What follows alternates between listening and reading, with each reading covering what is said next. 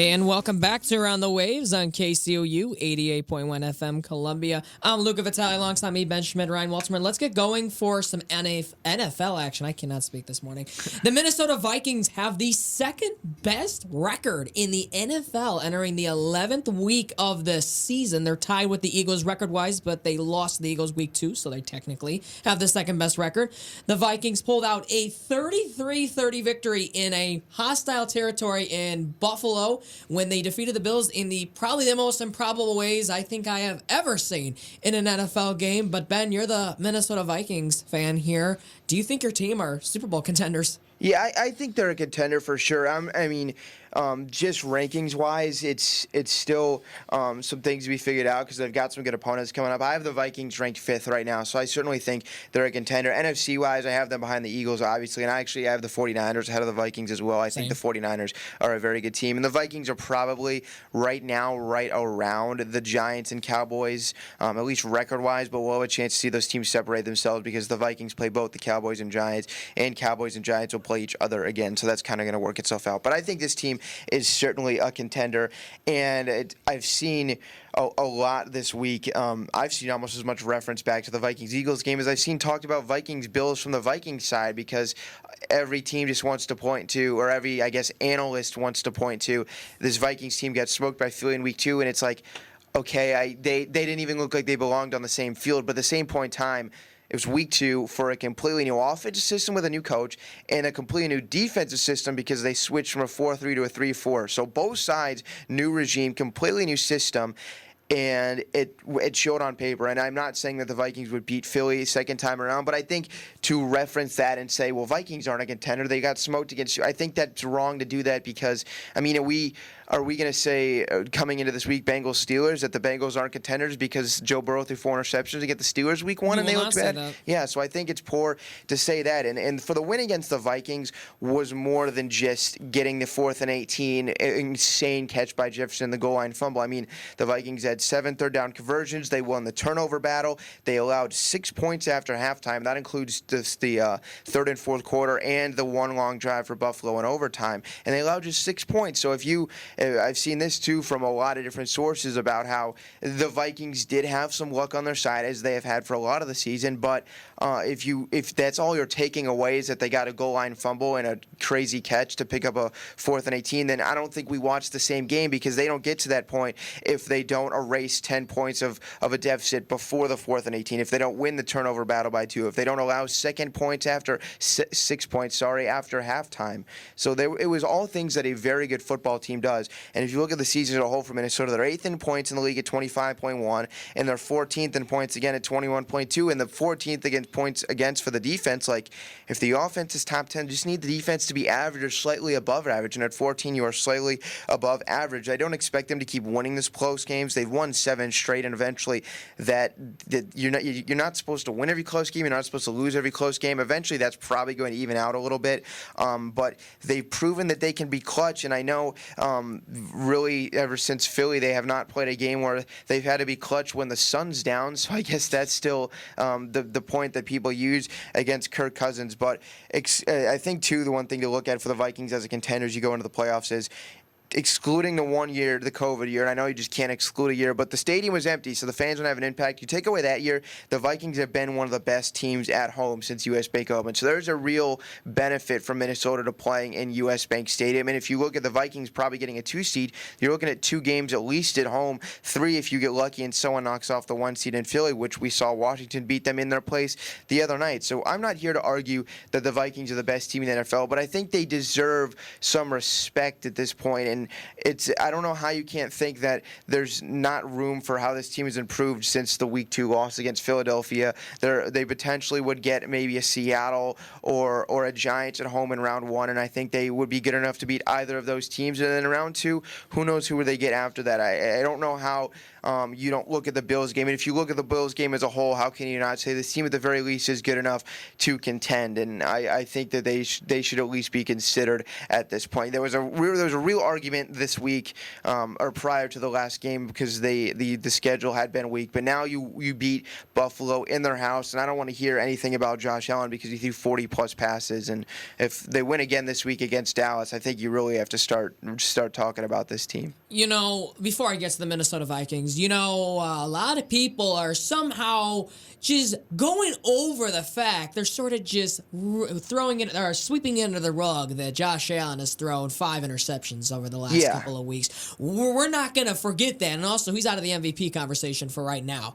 But having said all that, for the Minnesota Vikings, they remind me of a team just last year, actually, because there's similar stories every single year. And when you have a strong record with numerous good wins, an offense with several star players, but yet remain doubted. And that reminds me last year of the Tennessee Titans. They continue to remain doubted. They continue to win games. They continue to have a good running game. They continue to have that one number star they needed on offense in A.J. Brown. But yet they remain doubted. They got the number 1 seed in the AFC. Yes, they lost the Cincinnati Bengals in the division round, but guess what? The 2022 Minnesota Vikings are definitely not the Tennessee Titans from last year because there is just more than an A.J. Brown on the Minnesota Vikings, which in their case would be Justin Jefferson. But we need to understand something that I have said this since week 5 that the Minnesota Vikings were going to be something special this year because they actually have an offensive coordinator that knows how to call an offense. And we understand that Kirk Cousins, he's not the most elite quarterback you'll see on an ever given Sunday, but he can do something. He can give you some wins, and sure enough, he did it last weekend. He started out like trash, but then he actually picked it up and started playing pretty good. So we need to understand this as well. So Ryan Tannehill last year completed 67% of his passes for 3,734 yards, 21 touchdowns, 14 interceptions. Kirk Cousins this year, 64 completion, 2,356 yards, 14 touchdowns, 8 interceptions. So somewhat, you could take a look at that, somewhat similar if we go into this part of the schedule, but Minnesota has had luck on their side, but at the end of the day, you do have to win those games. And Kirk Cousins has done enough. Justin Jefferson is rising before our very eyes. This dude is special, probably catch of the year. I never seen anything like that, especially in a crucial part of the game like that. That should have been intercepted, but credit where credit's due. They're 3-0 in the division. You got Adam Thielen. You got KJ Osborne. You got TJ Hawkinson at the tight end spot. You got Dalvin Cook running the football through the tackles, north and south. The defense is improving. And the division stinks, okay? The Lions and the Bears are finished. I don't care what anybody says. The Packers are nothing but a short of average if they even get there. They play Tennessee tonight. We'll see what they really are because I think they just caught some lightning in a bottle last weekend because the Cowboys blew that. But I got to admit, the Minnesota Vikings, they cannot be written off any longer. They did have to come back in that second half to get something going. Kirk Cousins showed us that he can do that. Hopefully they don't get a Monday Night Football game in the playoffs because that would be bad because we don't need to see Monday Night Football Kirk Cousins. But in terms of going up against the Seattle, New York Giants, I think they can do it because sure, you can double team Justin Jefferson. That's fine. You still got Hawkinson and Thielen to still worry about. You still got to figure out Dalvin Cook. But the point is that this team needs to be given some respect because they are that good. They are better than the 2021 Tennessee Titans. They'll be continued to be doubted throughout the entire season because everyone's so obsessed with the San Francisco 49ers and the Philadelphia Eagles. But at the end, and even the Dallas Cowboys, throw them in there too. But at the end of the day, the Minnesota Vikings will continue to fly under the radar, but eventually they'll surprise a couple of people when playoff time starts. So the question, obviously, are they Super Bowl contenders? Ben, you let me know if you think this is reasonable or not. I have them finishing 13-5. 13. That one, that's not 13-4 right, then. Sorry. Okay, yeah, that 13-4. That match 18 checks games. Out. Okay, so you have them going what 5-3 down the stretch. You probably predict them to lose in Lambeau, don't you? I do, yes. Yeah. Whatever. Sure.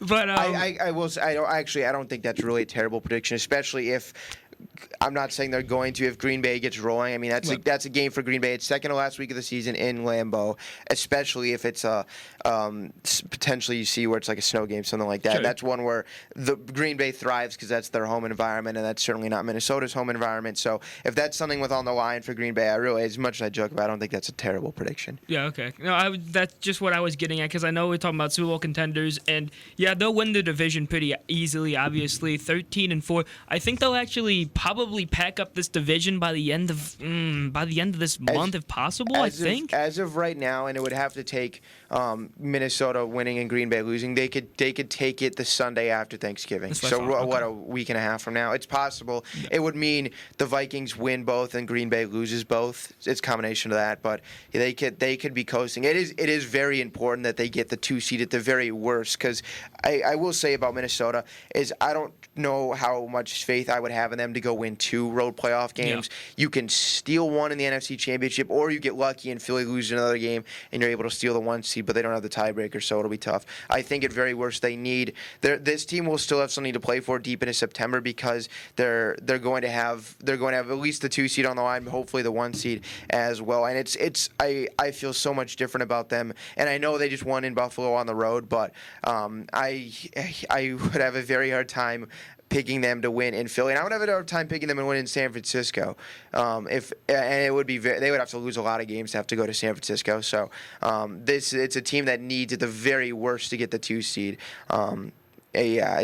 Philly is real quick, just the scope of the NFC. My thoughts don't change about Philly a whole lot even after the loss. Philly's still far and away the best team.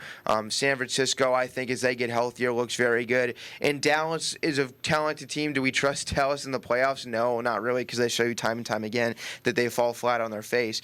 But it's an interesting situation for sure. I had one more comment to make. Oh, Minnesota, the biggest thing, too, that's changed this season, they can block now. That's been a long a problem for the Vikings, is in big situations against elite pass rushers, they could not block. But as the season's got on, I mean, the tackles from Minnesota are very good, and you saw them keep Kirk Cousins against a very good pass rush from Buffalo upright for most of that game last week. So that's a big key, because look at the Rams last year. That Rams offensive line was fantastic. They kept Stafford upright. And look at now this year, with their tires, they have some injuries, and it's Stafford, I think, has been sacked with some of the highest rates in the league.